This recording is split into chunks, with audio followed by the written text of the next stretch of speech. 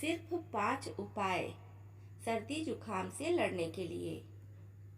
1. गले में खराश और गीली खांसी को रोकने के लिए नमक पानी से गरारे करें।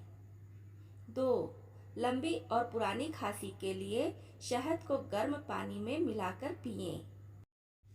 3. सूखी खांसी या दमा की खांसी को कम करने के लिए अदरक की चाय पिएं।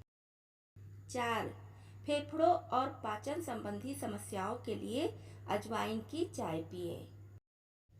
5. बदलते मौसम में होने वाली सर्दी खांसी से लड़ने के लिए सोने से पहले 1 गिलास गर्म हल्दी वाला दूध पिएं।